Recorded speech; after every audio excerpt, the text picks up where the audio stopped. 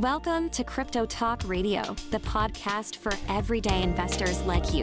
Visit us on the web at cryptotalkradio.net. And now, here's your host, Leister. Thank you for that, Bailey, and welcome everybody out there in Crypto Talk Radio, found at cryptotalkradio.net. I gotta tell you, this home buying, home hunt, home search chaos is such a, it's not as bad as the last time I went through this nonsense, but it's just all these stupid things and unfortunate time urgency wrought by unethical companies who are creating pressure that's undue. If I didn't have that, it would be I'd feel better. The endeavor's fine. It's other unscrupulous companies who are making claims that I don't know if they're true, and I'm trying to get the thing done so that it doesn't matter. I'm trying to just get the freaking thing originated. So right now, as I record this, I have the inspections complete for the new place. And if you're new, you don't know what I'm talking about. I'm in the process of trying to buy a new place so I can get my studio all set back up, get it back live.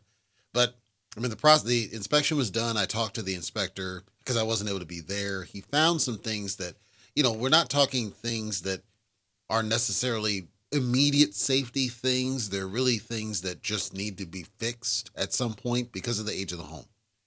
Most of them because of the age. The garage, there's some more structural things that I'm not as never worried about because the garage is a separated garage. It's off in the back. And I was thinking, well, maybe I just tear that garage down, build an attached garage instead of the drive path that's there. And then I can do like a small, walk path to the back on the other side and put a gate there, which I was thinking maybe that's a better option, would increase the curb appeal of the home, direct access to the garage for inclement weather and some such.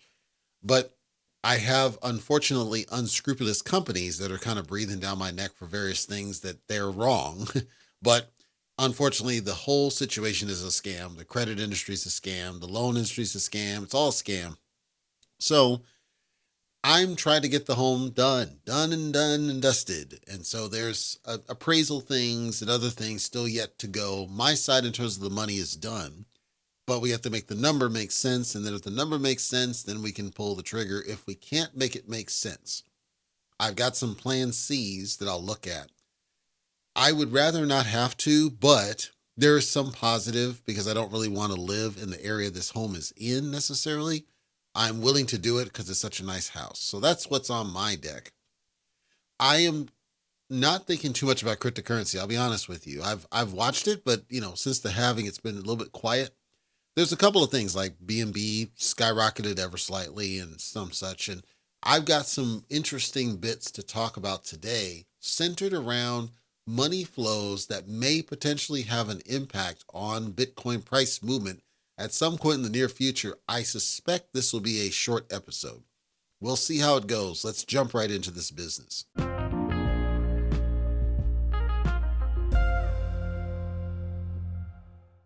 Coindesk.com, and we're going to zoom out to the month chart, and starting with Ethereum, we see some negative sentiment creeping ever slightly in, largely triggered by the dump that happened a few days ago, which was a significant drop from a high of almost $4,000 down to a low of almost $3,000. I think may have caused a little bit of panic. I'm not sure at this point why so many people are as reactive as they are. I have a theory, but it's only a theory at best. We may have had some people who tiptoed into it. Not by the tulips, but they tiptoed into cryptocurrency. They might have had a friend or something else, and they decided to try it out and see what it was, and saw this amazing dump and freaked and said, screw you, bro, I'm not doing this. It could be that. Could also be the BlackRock situation, the Grayscale situation, all the other sentiment things triggering at the same time. Difficult to say any one negative catalyst. The point is, as I record this, a low of just shy of 3,200, a high of just shy of 3,300, but not trending downward, but certainly not trending upward, nowhere close to what we expect, hovering around the 3,200 mark as I record it, fresh off the halving.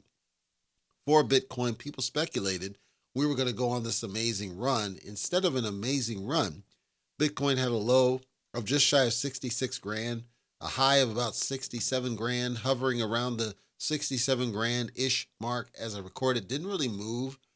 Again, I've got some bits that may help add some light on the potential movement of Bitcoin to come based on some money shifts that were happening. I'm not giving a statement of definitive fact. I'm simply sharing what I see.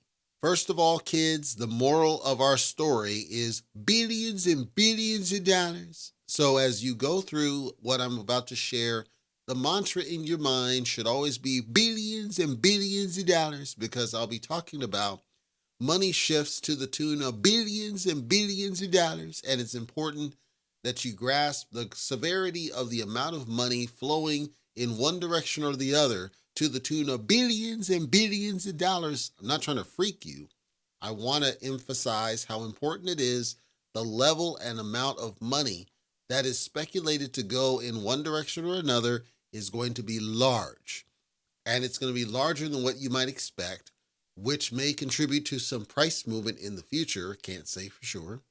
But because it's billions and billions of dollars, we don't know what the impact of that is. So let's go down the list, and then I'll share my thoughts on this business. Mt. Gox, crypto exchange that crapped out completely.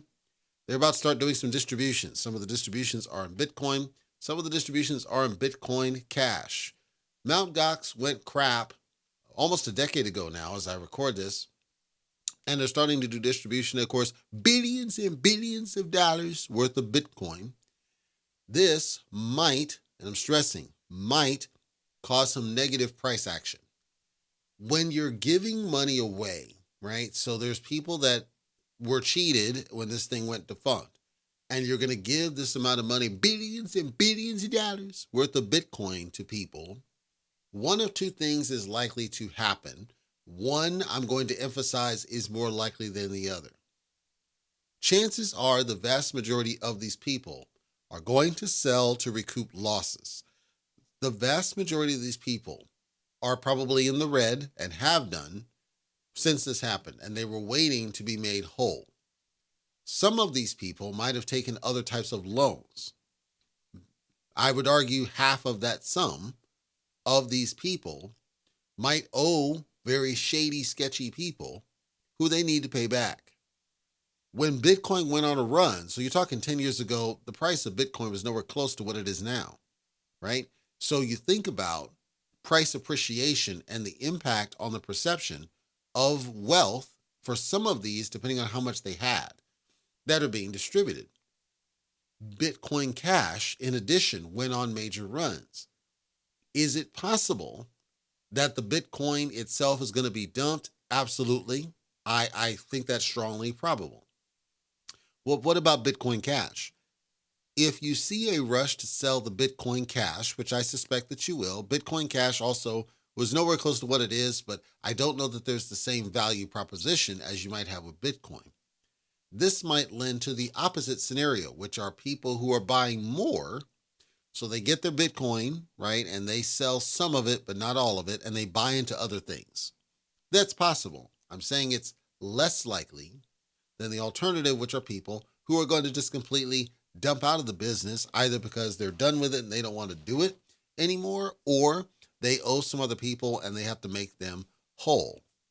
There are people out right now who are doing everything they can to calm your freak out and tell you, well, it doesn't necessarily mean that they're going to dump a deep.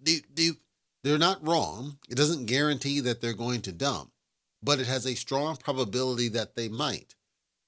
Depending on those sentiments, it's possible Bitcoin goes pretty far down, because there's a lot of Bitcoin that we're talking with, billions and billions of dollars of Bitcoin transacting at the same time.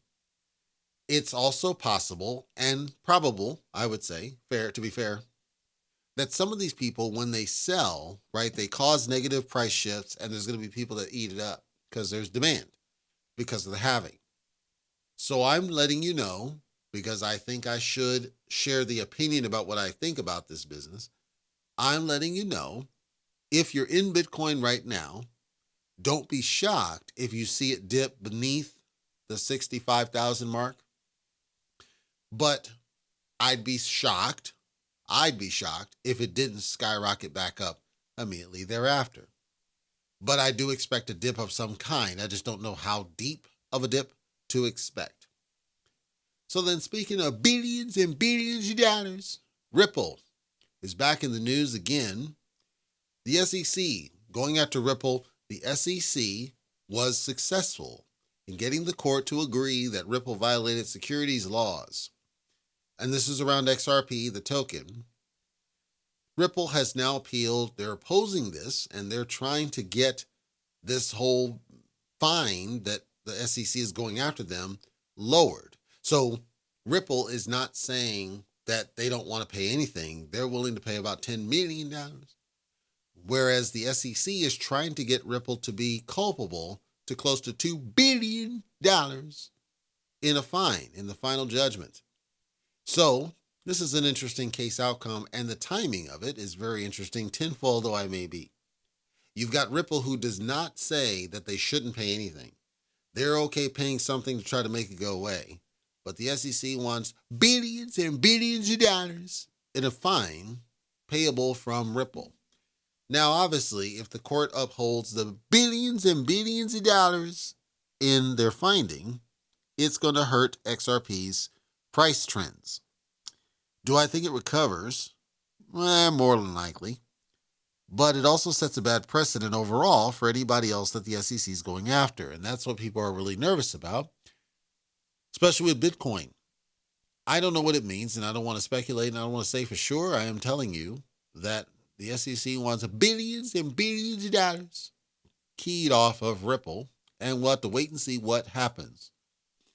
The SEC is not sitting on its laurels, though, because the SEC wants billions and billions of dollars from Do Rug Pull, a.k.a. Do Kwon from Terraform Labs, to the tune of almost $5 billion is what they're asking. So the SEC is basically saying, we need to send a message. That's what it's all about. They're trying to send a message to these bad actors in the crypto space, at least in their mind. And they're doing it in civil. Most people don't understand civil and the difference. Civil doesn't necessarily mean you committed a crime. Civil simply is a financial, hey, we want to go after somebody because there was harm of some kind. It's usually the civil goes the way of the person who's pressing the charges.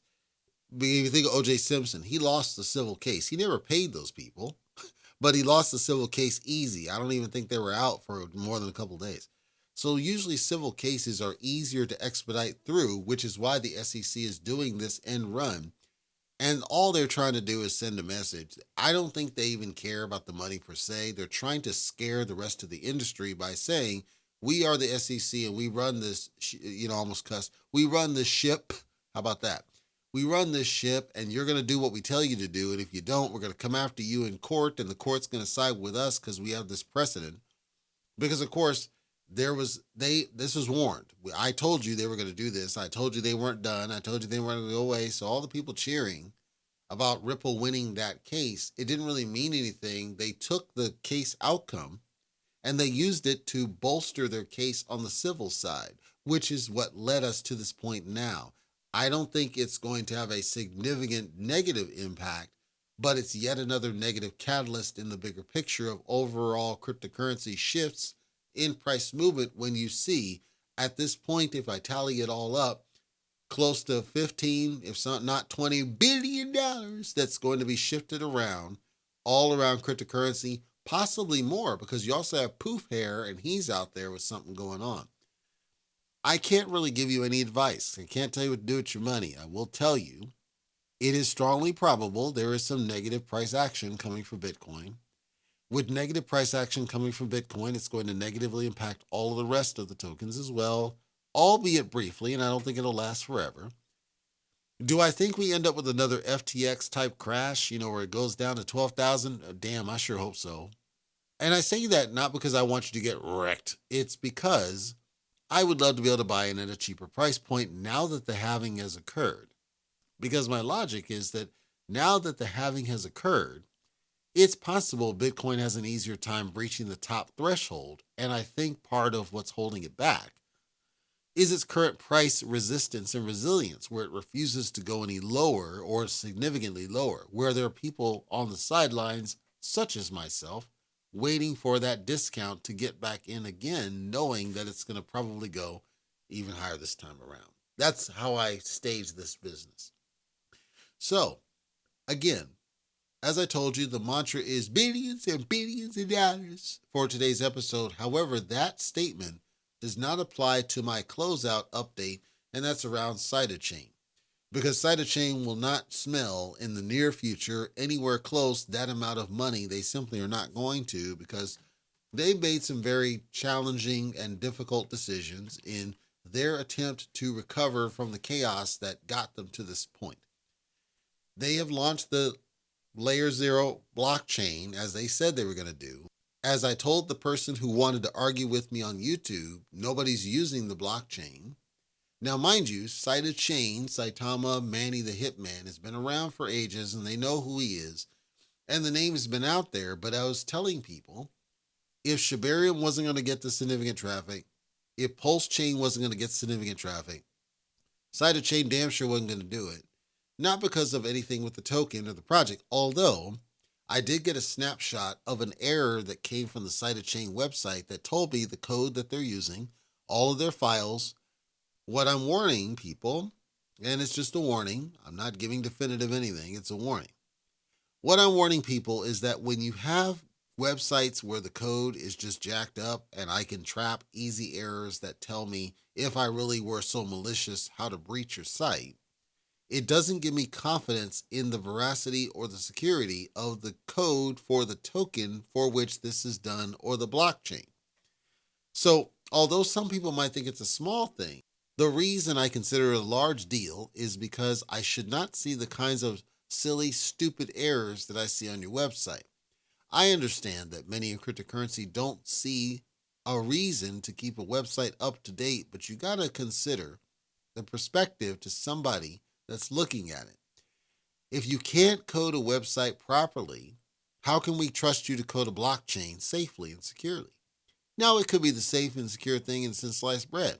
And I know that they're seeking the CertiK and all that, and I got you. Let me remind people, there have been plenty of breaches on tokens that were audited by CertiK. It's a bit of a Chewbacca. So if any of them hear the feedback, I'm simply encouraging you to stop, slow down at minimum, but preferably stop and get your fundamentals back in order. You should not have these kinds of errors where I can see the underlying code. I'm talking the backend code of your site. And yes, I saw the backend code of your site. I know exactly what it's doing. And I know that if somebody really cared to do it, like you're not even in anybody's spotlight right now, but if you were, it would be very easy to do all sorts of injection attacks. And I don't want to see that happen to you. So if you want the smoke, I'm happy to help you in what I saw. Because the perspective from me is that it's not ready for prime time. Because even if you do get it out there, by the time you get enough traffic, there's going to be some sort of a breach, hack, failure of some sort, and it's going to kill your momentum before you even get started. If you don't care, that's great. The other point of Cytochain that somebody called out was a question about how the market cap suddenly jumped from $16 million and jumped all the way up to like $80 million. And unfortunately, I cannot answer that person's question because usually when you see those kinds of major dip shifts, it usually means something sketchy. What I can tell you for sure is on April 22nd, so that's yesterday as we record this. Yesterday, there was a significant amount of separate transactions, all exceeding $1 million, so $1.2 million on average. And these transactions came once per hour, like clockwork. I find that very shady and very suspicious because the amount of the transactions is very predictable and it's roughly every hour, which usually indicates some sort of a bot. I can't say that it was a bot. I'm telling you that usually when you see this kind of predictable pattern of amounts that are roughly about the same, hour after hour, it usually means some sort of automation, which begs the question where this money's coming from. And I can't say what the answer is to that question. I'm simply responding to the person who is curious about how you're able to go from $16 million market cap all the way up to $80 million in the span of a day after the burns and everything took place. I don't know what they're doing other than the mistake they made with PancakeSwap, which revealed itself with a user on CoinMarketCap who pointed out a screenshot, as I warned, didn't come back to give my credit, but I warned people of what that meant when you did that, because Dex Screener and certain other tools now are calling it a scam. Token Sniffer is calling it a scam. I want to try my best to allay concerns, because although it's kind of turned back into a cult at points, I suspect there are good people in there that don't know any better, and I'd like to warn you about what's situated here. What Dex Screener is seeing and what Dex Screener is saying is this is a freaking scam because you have no liquidity. They're looking at PancakeSwap. I told you yanking, which is essentially a rug pull by definition, yanking the liquidity from PancakeSwap is going to highlight to people via certain tools that it's a rug pull.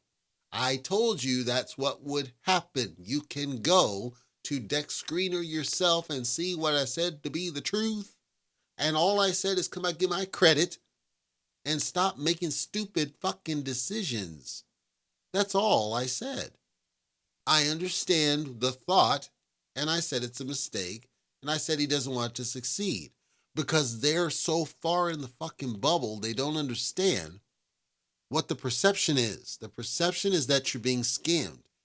People like myself are trying to allay the concern and tell you that they're not trying to scam you. I'll say that in confidence. They're not trying to scam you. They're incompetent. That's all. They're not trying to scam you. They're incompetent. They don't know what the fuck they're doing because they're making decisions without considering the perception they put across when they make the decisions and how the tools react, because in their mind, those tools are not relevant anymore. In their mind, you can just go to these tools that we create and you don't need it. I wouldn't mind advocating it if they would fix the bugs where you're calling it Tether, simple, silly spelling errors, and the inability to see inventory without connecting a wallet and the assumption of wallet, MetaMask on the wallet. If you would fix the silly, stupid, I might be willing to advocate that as an alternative. It doesn't change the fact that outside the crypto bubble, they're not going to do it. They're going to go and get some Ethereum. They're going from their whatever, usually Coinbase crap or Robinhood. They're going to go shopping on Uniswap to try to buy it. That still works, as I told people. But they're going to hear from people in the ecosystem or on Telescam that BNB is cheaper. They're going to try to buy it on BNB and they won't be able to do so because they're going to assume that they should go to PancakeSwap because that's what they're going to be told. And they cannot do. There would have been no negative in leaving the liquidity pool in PancakeSwap as an alternative for people that want to do it. Ultimately, folks, it's their token. Manny's going to do whatever the hell he wants to do. You have a decision to make. You can go along with it and roll with it and roll the dice and see if it pans out as something. Never once did I tell you not to buy in. Never once did I tell you to sell. What I said is you got to go there, dex.sida.pro. If you plan to transaction on the BNB chain, you cannot go to PancakeSwap and your wallet or Dex Screener or Token Sniffer or whatever is going to swear to you you got rug pulled and I've said you did not. The guy's just an idiot. None of what I just said is in dispute. So people can try to come at me. I've not said anything that you can't see for yourself to be the truth. And I simply said you need to make a decision because SIDA chain is not going to be running billions and billions of dollars like all the rest of these. And like in the old school, when you're yanking accessibility from the mainstream, and I don't buy that these transactions of $1.2 million per hour on one day are just organic, natural people buying in. Why ever they are a thing, whatever they are, I don't have a say, I don't have a stake. They're going to do what they're going to do. And all I've ever said, make a choice. like Debo. Make a choice and do what you're going to do. It's disgusting, frankly, to see it still be a thing and people still fall for the same crap over and over again. And a team where they can build pretty websites all they care to, right? Shibarium with their layer 2 that's built on top of whatever that garbage is for the security. Bone is dipping again. If Shibarium couldn't do it with 2 million people, I simply have low confidence that SIDA is going to be able to do it with less than 200,000 is all I said. Because they don't want that smoke. They don't want people to help them. They're in the bubble. And maybe they only care about the local Dubai people. But I don't see that in the price movement either. So who knows what's going on there. And it's not something where I'm going to lie to people and tell you it's going to all be all right. Maybe it will. But all points of data point to they're just idiots that don't want it to succeed. Time will tell, though, won't it? In the meantime and in between time, a lot is going to happen over the next couple of months. I suspect we're going to get some positive price movement across the board. This is when you should step back and look at all the token projects that you're following. You should look and see the ones that are crapping irrespective of said price movement. I may even do it as an out of cycle update. I'm going to be doing, by the way, for those listening to the show that came from the ecosystem, I am going to be doing an update around the thorium ecosystem. Against my better judgment, but I think it's important because some things have changed a little bit, some for the better, some not. So I'm going to be talking about that, and I'll do it as an out of cycle because I don't want to bog down the show. And we're not recording till next Tuesday anyway, so I'll just do an out of cycle on that one probably tomorrow. Let me gather up my thoughts on that fiasco, but I wanted to share it. It's interesting, seeing what happened with thorium and seeing it's still kicking. Titano's toast. Whatever that one with the P in it is toast. Seifu is toast. All those other ones, all those clones, they're all gone. Fino Finance, that one's dead. Access Protocol might as well do. Forever Financial, toast. It's interesting to see thorium's the only one left standing. That's intriguing for many reasons, because those numbnuts did everything wrong. And yet they managed to outlast all of the other ones in the way. So I'm going to do an out of cycle on that, just to do an update for those that may care about such a thing. I'm going to keep on chugging on this home business, this new home for the brand, and see if we can make it all work. And keep tuned for the out of cycles. They're going to keep coming. I'm trying my best to make sure that they are of value. Feedback's always welcome. CryptoTalk.fm. Hit the contact form. Contact links at the top. Let us know what you think. We hear from some people that the out of cycles they're appreciated. Some people like that back. And the YouTube numbers, because it automatically posts there, seem to indicate that there is an interest in that cadence, so we don't mind keeping it. Although it's not what we prefer, we don't mind doing that because we always listen to that feedback. So as long as people prefer it, it's what we'll do. My closeout update. The show, so I talk about the video, is coming back. It's going to rebrand. It's going to be a joined show. So it's no longer going to be just a crypto show. It's just going to be a joined show for CTR. If I can get this freaking, loan sorted out and get the place and then sort all that nonsense out. Once that's done, then I'll be able to set up the studio the way I want. I already know the room. It's already halfway decked out. I have to get it set up with the sound suppression, update the windows. Once the studio's back, it'll be 10 times better, I think, than what the old show did. But again, it's going to be a CTR show. I have yet to decide if I'm going to do it as a nightly show or a weekly show.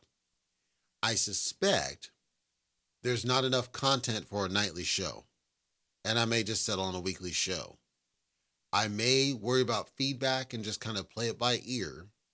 There's going to be a large campaign to attract attention to this show, because I frankly think once I'm said and done, people are going to notice, the visual quality of what he's got going on is top notch. And I want more to experience it, which is why it's a CTR joined show around various different topics as opposed to just a crypto show.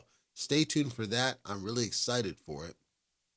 And the hope is that we will have more people join the triad, because I do think that, and as part of this, the radio, which is a different brand under CTR, giveaways will be a thing in the form of contests.